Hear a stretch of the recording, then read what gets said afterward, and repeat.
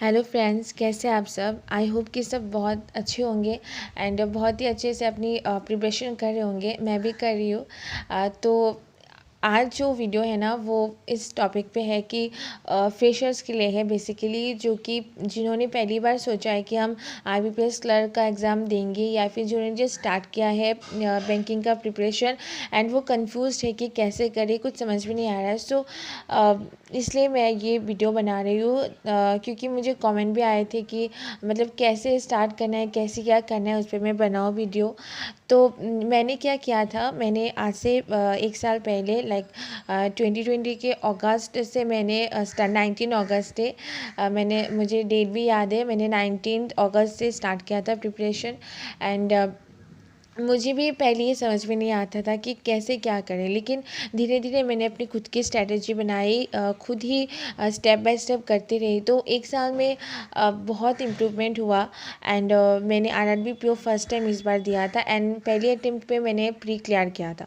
तो मतलब क्या है। एंड मेंस मेरा नहीं हुआ, कोई भी रीज़न हो उसके लिए, लेकिन मेरी ही गलती थी। मैं कोई एक्सक्यूज़ नहीं दूंगी कि जी अच्छा नहीं या फिर कुछ भी नहीं है, मतलब मेरी ही गलती थी बेसिकली।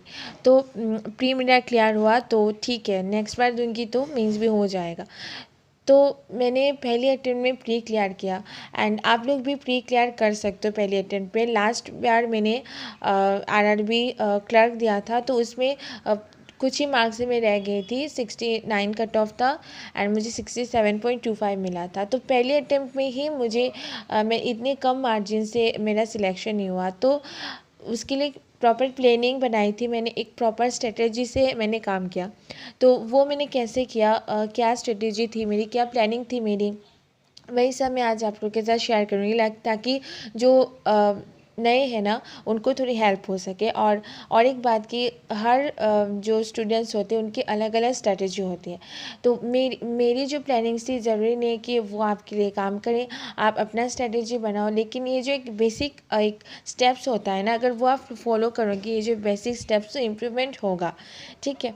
तो देखो पहले क्या करना है, जैसे कि कोई भी एग्ज़ाम आपने सोचा अभी कि हमें बैंकिंग के लिए प्रिपरेशन करनी है, तो आपको पहले ये पता होना चाहिए कि बैंकिंग में क्या क्या आता है, लाइक क्या डिमांड है उनकी, क्या क्वेश्चंस, कैसे क्वेश्चंस वो देते हैं। तो लाइक सिलेबस, ठीक है ना। आपको पहले पहला जो पॉइंट है, आपको सिलेबस आपको देखना है कि कौन से सब्जेक्ट्स आते हैं, उन सब्जेक्ट्स में क्या क्या आता है, क्या क्या टॉपिक्स हैं। तो पहले अच्छे से सिलेबस को आपको देखना है, और फिर ये आपको सिलेबस देख के ये सोचना है कि इनमें से आपको क्या क्या आता है। ठीक है।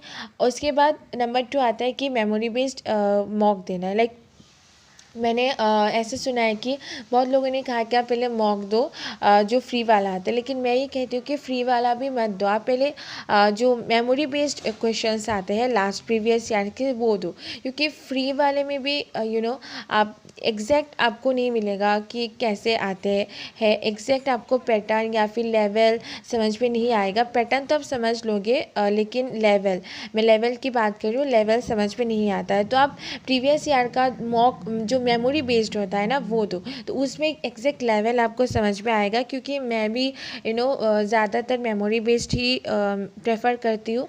तो वो आप लगाओ, उसमें कितने मार्क्स आते हैं वो आप देखो। कम मार्क्स आते हैं, लाइक मेरे पहले कितने मार्क्स आते थे, मुझे याद है मैं जब स्टार्ट किया तो 20 मार्क्स आते थे, 15, 25 ऐसे मार्क्स आते थे। लेकिन धीरे धीरे वही मार्क्स जाके इंक्रीज़ होने लगते हैं। लाइक आप 80 मार्क्स का अगर है, जैसे कि आरआरबी में था, तो 50, 60 तक 60 तक चला जाता है पीओ में। मेरा खुद का गया था। एंड तो पहले आप ये सब चीज़ें देखो कि 20 आता है तो कोई बात नहीं है, आप जस्ट स्टार्ट कर रहे हो। ठीक है। अगर 20 भी आता है तो बहुत है, लाइक अब बहुत कुछ जानते हो इसका मतलब है। तो मेमोरी बेस्ड क्वेश्चंस मॉक दो। ठीक है। उसके बाद एनालाइज करो खुद को कि हमें क्या आता है, कौन सी चीज़ें हमें, और टॉपिक नोट डाउन करो। ठीक है, कि ये चीज़ें हमें करनी है, ये सब चीज़ें हमें नहीं आती है। तो खुद को एनालाइज करना बहुत ज़रूरी है। मॉक एनालाइज करने से ज़्यादा ज़रूरी है खुद को एनालाइज करना कि हमें क्या आता है क्या नहीं आता है। मॉक एनालाइज मैंने कभी नहीं किया। सब कहते हैं कि मॉक देने के बाद उसको एनालाइज करना चाहिए, एंड लेकिन मैंने कभी नहीं किया। तो मैंने किया ही नहीं कभी मॉक एनालाइज, और फिर भी मेरा प्री क्लियर हुआ। तो ये सब की अलग अलग स्ट्रेटेजी है, अलग अलग आप जानते हो आपकी पोटेंशियल, आप कितना कर सकते हो। तो विदाउट एनालाइजिंग द मॉक मैंने प्री क्लियर किया था। तो अगर आपको लगता है कि आपको एनालाइज करना है तो करो, लेकिन उससे ज़्यादा ज़रूरी है कि खुद को एनालाइज करना। मॉक भले आप एनालाइज मत करो, लेकिन खुद को एनालाइज करना बहुत ज़रूरी है। हमें कितना आता है, हम कर सकते हैं नहीं कर सकते। एक क्वेश्चन आपका नहीं बन रहा है, लेकिन आपको ये पता होना चाहिए कि नहीं, एग्ज़ाम में मैं ये बना लूँगी या फिर बना लूँगा, ये कॉन्फिडेंस रहना चाहिए। तो खुद को एनालाइज करना है। फोर्थ में क्या करना है, इजी टॉपिक्स आपको चूज़ करना है पहले। लाइक आपको हो सकता है कि रीजनिंग में आपको सिलोजिज्म समझ में ना आ रहा हो, इनइक्वलिटी समझ में नहीं आ रहा हो, तो पजल्स भी ना आते हो, तो पहले आपको इजी वाले लेने हैं। लाइक आप सर्च करो यूट्यूब में कि कौन सा इजी, लाइक सभी बोलेंगे कि सिलोजिज्म इजी है, इनइक्वलिटी इजी है, और पजल्स थोड़े टफ होते हैं। तो आपको पहले जो इजी वाले टॉपिक्स है उनको पहले आपको सिलेक्ट करना है। तो उनको पहले समझना है, पहले इजी टॉपिक्स को समझ लो, उनको ख़त्म करो, फिर आप टफ टॉपिक में जाओ, पजल्स में जाओ। ठीक है। तो पहले जब मुझे भी याद है, मैं अपना एक्सपीरियंस किसी और वीडियो में शेयर करूँगी कि मेरा एक्सपीरियंस कैसा था जब मैंने स्टार्ट किया था, कौन से डिफ़िकल्टी लेवल थे जिनसे मैं गुजरी हूँ। ये सबके साथ होता है, मेरे साथ अकेले के साथ ये नहीं हुआ, सबके साथ होता है। तो बात ये है कि आपको इजी टॉपिक लेना है। लाइक रीजनिंग में आप पहले सिलोजिज्म्स लो, कुछ वीडियोस देखो, ठीक है। उसके बाद आपको क्लियर नहीं होगा, पहले तो आप बुरे तरह से पजल हो जाओगे। जब आप सिलोजिज्म लोगे आपको समझ में नहीं आएगा कि कैसे हो रहा है, लेकिन धीरे धीरे समझ में आते रहेंगे, आपके कॉन्सेप्ट्स क्लियर होते रहेंगे। तो सिलोजिज्म दो, इनइक्वलिटी करो आप, उसके बाद जो नंबर वो जो मिक्स्ड होता है ना, वो करो। लाइक मिसलिनियस जितने भी क्वेश्चन है वो करो, पहले पजल्स में ना जाओ। तो पहले इजी टॉपिक्स ढूंढो। मैथ्स में भी आप पहले स्पीड मैथ्स पे काम करो, जब उसमें आपका स्पीड आ जाए फिर आप एरिथमेटिक पे जाओ या फिर दूसरे टॉपिक्स करो, डीआई करो। तो पहले अपने इजी टॉपिक्स को स्ट्रॉन्ग बनाओ, फिर जब इजी टॉपिक्स आपके बन जाएंगे ना, तो आपके दिमाग पे एक रिलीफ आएगा कि नहीं, मैंने कुछ सीख लिया है, मैंने कुछ टॉपिक्स मेरे हो गए हैं। तो वो जो रिलीफ आएगा ना दिमाग में, वही आपको बाकी के सारे टॉपिक्स करने में आपकी हेल्प करेगी। तो पहले इजी टॉपिक्स आप सिलेक्ट करो, उन पे आप अपना कमांड बनाओ। फिर क्या करना है, एक दिन में एक ही टॉपिक करना है। लेकिन ऐसा नहीं है कि आज मैंने रीजनिंग उठाया, रीजनिंग में सिलोजिज्म कर लिया, मैंने इनइक्वलिटी भी कर ली, उसके बाद मैंने मैथ्स के कुछ टॉपिक्स कर लिए। तो ऐसा नहीं करना है। आप अभी स्टार्ट किए हो, आप दिमाग पे प्रेशर नहीं डालना है। पहले क्या करना है, जैसे कि मैंने क्या, मैं एक दिन में एक ही कर दी। लाइक सिलोजिज्म तो आज पूरा दिन मैंने सिलोजिज्म लेके मैं बैठी रही। स्पीड मैथ्स क्या, तो मैं पूरा दिन स्पीड मैथ्स करती रही। एंड पहले अपना 2 घंटे पढ़ो, 3 घंटे, ज़रूरी नहीं कि स्टार्टिंग से आपको 8 घंटे पढ़ना है, 10 घंटे पढ़ना है। ये ज़रूरी नहीं। मैं पहले क्या करती थी, 2 घंटे, 3 घंटे, 4 घंटे पढ़ती थी। लाइक थोड़ा थोड़ा करके ग्रेजुअली आपको इम्प्रूव करना है। लाइक जो 6 पॉइंट है मेरा, गो ग्रेजुअली आपको इम्प्रूव करना है। एक दिन में सब सीखने की कोशिश भी नहीं करनी है। लाइक पहले 3 घंटा पढ़ो, आप एक टॉपिक को करो, धीरे धीरे पढ़ो, कोई ज़रूरत नहीं। अभी अगर एग्ज़ाम सामने है तो वो तो डिपेंड करता है कि एग्ज़ाम कितना टाइम है आपके पास, उसके अकॉर्डिंग आपको चलना है। लेकिन अगर टाइम है, अगर आप इस बार एग्ज़ाम नहीं दोगे, नेक्स्ट ईयर या फिर कुछ IBPS PO देने का सोच रहे हो, तो टाइम थोड़ा सा है, तो आप ग्रेजुअली चलते रहो। ना कि एक दिन में पूरा मतलब ख़त्म करना है, ऐसा नहीं करना है। एक दिन में थोड़ा थोड़ा पढ़ो, थोड़ा थोड़ा टॉपिक थोड़े थोड़े सीखते रहो, और कंसिस्टेंट रहना है। थोड़ा थोड़ा सीखना है, 3 घंटे पढ़ना है, लेकिन रोज़ पढ़ना है।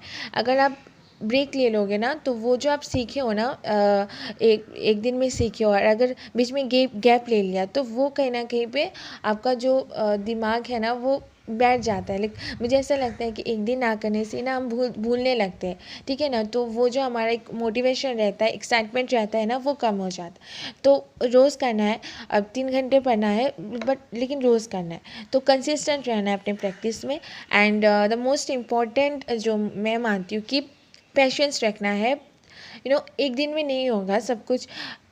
आपको थोड़ा सा पेशेंस रखना ही पड़ेगा। लाइक एक दिन नहीं आता है तो कोई बात नहीं है, कल हो जाएगा, फिर से उस टॉपिक को हम करेंगे तो हो जाएगा। और बिलीव रखना है खुद पे, क्योंकि मुझे पता है कि जब मॉक्स में मार्क्स नहीं आते तो मैं ना कभी मॉक्स को मैंने उतना इम्पोर्टेंस दिया ही नहीं। कभी नहीं दिया मैंने मॉक्स को उतना इम्पोर्टेंस, क्योंकि मुझे पता था कि मैं ये कर सकती हूँ। लाइक कभी होता है कि आपका दिमाग काम नहीं करता, घर में सिचुएशंस होते हैं, लाइक उस सिचुएशंस में आपका दिमाग काम नहीं कर रहा है, तो इसका मतलब ये नहीं कि एग्ज़ाम में भी आप नहीं कर सकते। तो मेरा ऐसे रहता था, मुझे पता रहता था कि ठीक है अभी नहीं हुआ लेकिन एग्ज़ाम में होगा।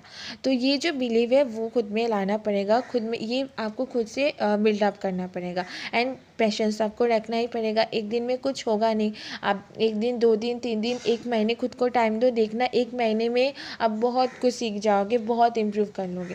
तो ये जो सारी चीज़ें हैं ना, ये अगर फॉलो करोगे ना तो 1-2 महीने में आप ह्यूज डिफरेंस देखोगे अपने में। लाइक मैंने भी देखा, मैंने जब पहली बार दिया था तो कितने महीने, 6 महीने मैंने किए थे, 5 to 6 महीने। एंड उसके बाद मैंने आरआरबी क्लर्क दिया था एंड मैं जस्ट 1.75 मार्क्स से मेरा नहीं हुआ, लाइक प्री क्लियर नहीं हुआ, ठीक है। और इस बार मैंने आरआरबी पीओ दिया तो मेंस नहीं हुआ। मेंस का स्कोर कार्ड भी मैं आपको दिखा दूंगी। लाइक जीए में और मैथ्स में मेरा कट ऑफ रह गया था, क्योंकि जीए में ज़्यादा मैंने टाइम दिया एंड बाकी के सब्जेक्ट में नहीं दिया। तो ठीक है, मतलब नहीं हुआ तो नहीं हुआ, अब उसमें बात करने का कोई फ़ायदा नहीं है। लेकिन कोई प्री निकाल दिया तो ठीक है, बहुत सारे लोग प्री भी नहीं निकाल पाते। तो अगर आप इस स्ट्रेटजी से चलोगे तो एक बार में नहीं लेकिन 2 बार में, सेकंड टाइम में प्री ज़रूर निकलेगा। एंड फर्स्ट टाइम में भी प्री निकल सकता है अगर आप इस स्ट्रेटजी से चलोगे। एंड धीरे धीरे चलना है, दिमाग पे कोई प्रेशर नहीं क्रिएट करना है, धीरे धीरे चलते रहना है, ठीक है। तो अगर आपको वीडियो अच्छी लगे तो मुझे ज़रूर बताना, अगर हेल्पफुल हो तो बताना कि नहीं हेल्पफुल था। जो बिगिनर्स है उनके लिए मैं स्पेशली मैं बोल रही हूँ। एंड मेरा मार्क्स में दूसरे वीडियो में शेयर करूँगी। And keep studying and take care.